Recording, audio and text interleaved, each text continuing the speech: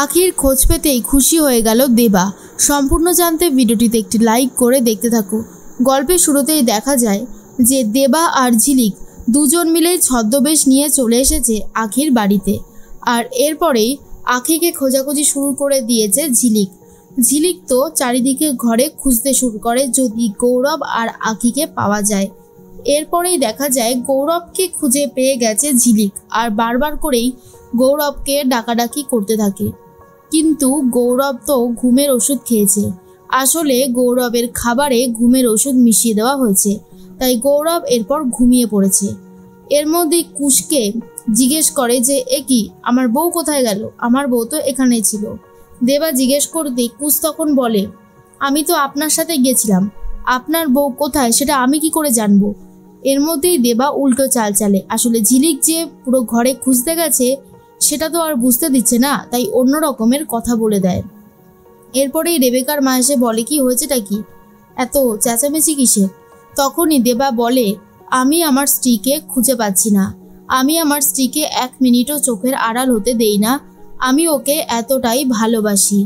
তখনই কুশের মা বলে কোথায় গেল উনি, ওনাকে তো কোথাও দেখতে পাচ্ছি না, দেখ আশেপাশে ঘুরে ওনাকে পাস কিনা। এর মধ্যেই আখির খোঁজ পেয়ে গেছে দেবা, কারণ দেবাও ঝিলিককে খুঁজতে এদিক ওদিক গেছিল। আর গিয়ে অন্য একটা ঘরে আখিকে থাকতে দেখে দেবা আখিকে ডাকাডাকি করতে থাকে। এর মধ্যেই ঝিলিক এসে বলে দেবা তুই এখানে, আখিকে খুঁজে পেয়ে গেছিস। দেবা তখন বলে হ্যাঁ এই তো আখি, ও এখানেই ছিল। ঝিলিক বলে শোন, তুই ওকে নিয়ে এখান থেকে বেরিয়ে যা। আমার মনে হয় আখি আর গৌরব দুজনকেই ঘুমের ওষুধ খাইয়েছে, তাই ওদের দুজনের কারোরই কোনো সারা শব্দ নেই। তখন দেবা বলে তুই খোঁজ পেয়ে গেছিস গৌরবের। ঝিলিক বলে হ্যাঁ, পাশেই একটা ঘরে গৌরবকে ঘুমের ওষুধ খাইয়ে ঘুম পাড়িয়ে রেখেছে। আমার পোশাকটা পরিয়ে তুই আগে এখান থেকে আখিকে নিয়ে যা, তারপরে যা করার আমি করব। দেবা তখন বলে কিন্তু তোকে এখানে একা রেখে আমি যেতে পারবো না। তখন ঝিলিক বলে তুই এত ভাবিস না আমাকে নিয়ে, আমি যা করব সেটা সবার ভালোর জন্যই করব। এর মধ্যেই প্রিয়রঞ্জনকে উস্কে দিতে থাকে পলি, রাইমা, গোড়া। পলি তখন বলে কি আর বলবো দাদা, গৌরবকে এতবার বারণ করেছিলাম, গৌরব তো কোনোভাবেই আমার কথা শোনেনি, ও ইচ্ছে করেই তো চলে গেল। নিজের জামাইকে এইভাবে সাজিয়ে গুছিয়ে যে কেউ মারতে পারে এ আমি কল্পনাও করতে পারিনি। আসলেই অনিমেষ রায়ের বিরুদ্ধে পিয়ারকে উস্কে দিচ্ছে পলি, গোড়া আর রাইমা। প্রিয়রঞ্জন বলে আমি অনিমেষকে ছাড়বো না, ওর কাছে গিয়ে আমি ওকে উচিত শিক্ষা দেব।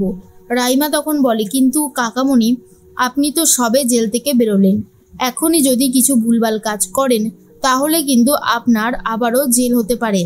প্রিয়রঞ্জন বলে তবুও আমি ওকে ছাড়বো না, উচিত শিক্ষা আমি ওকে দেবই। এরপর দেবা বলে আমি এক্ষুনি এখান থেকে চলে যাব। এরপরেই রেবেকার মা বলে আরে এক্ষুনি তো আসলেন দাদা, এখন চলে গেলে কি করে হবে। রেবেকার মা চাইছিল ঝিলিকের গলায়, দেবার গলায় যে সমস্ত সোনার গয়নাগুলো রয়েছে সেগুলো হাতিয়ে নিতে। দেবা ফোন করেছে পল্টুকে আর বলে গাড়ি সারানো হয়ে গেছে, তাহলে চলে এসো, আমাদেরকে এখান থেকে নিয়ে যাও। কুশ দেখতে পায় আখি পড়ে আছে, মানে ঝিলিক পড়ে আছে। আসলে ঝিলিক তো নিজের পোশাকটা আখিকে পরিয়ে দিয়েছিল যাতে আখির ওপর সন্দেহ না হয়। এরপরে দেবা বলে আমার স্ত্রী কোথায় গেল। কুশ তখন বলে আপনার স্ত্রী করিডোরে পড়ে আছে, তাড়াতাড়ি চলুন। এরপর দেবা আখিকে ধরে আর বলে চলো গিন্নি চলো, তোমার এই অসুস্থতা আমি আর দেখতে পাচ্ছি না। এদিকে রেবেকার মা কোনোভাবেই গয়নাগুলো হাতাতে পারল না, সেই জন্যই আরো বেশি করে চিন্তা করতে থাকে যে হাতের সামনে থেকে এতগুলো গয়না নিয়ে বেরিয়ে যাচ্ছে। এরপর পল্টু বলে চলুন তাহলে আমি আপনাদেরকে নিয়ে যাই। এর মাঝখানেই রজতাবু লাহিড়ী আর অন্যদিকে মাস্কম্যান দুজনা গাড়ি নিয়ে ঢুকছিল, কিন্তু ততক্ষণে দেবা আখিকে নিয়ে চলে গেছে। এদিকে যে ঘরে রয়েছে সে হলো ঝিলিক। ঝিলিক সবটা বোঝার চেষ্টা করে কে বা কারা এই ষড়যন্ত্রটা করেছে। এই এত বড় ষড়যন্ত্র কে করতে পারে সেটা নিয়ে ভাবনা চিন্তা করছিল ঝিলিক। তার মাঝখানে রজতাবু লাহিড়ী আর মাস্কম্যানকে দেখার চেষ্টা করতে থাকে। এদিকে আখিকে ডাকাডাকি করতে থাকে দেবা, কিন্তু আখির কোনো সারা শব্দ নেই। আসলে যেহেতু ঘুমের ওষুধটা এতটাই কড়া ডোজের ছিল তাই কোনোভাবেই আখির আর জ্ঞান ফিরছে না। কিন্তু দেবা বারবার করে ডেকেই চলেছে আর বলে চোখ খুলো আখি, দেখো আমি চলে এসেছি, তোমার কাছেই আমি রয়েছি।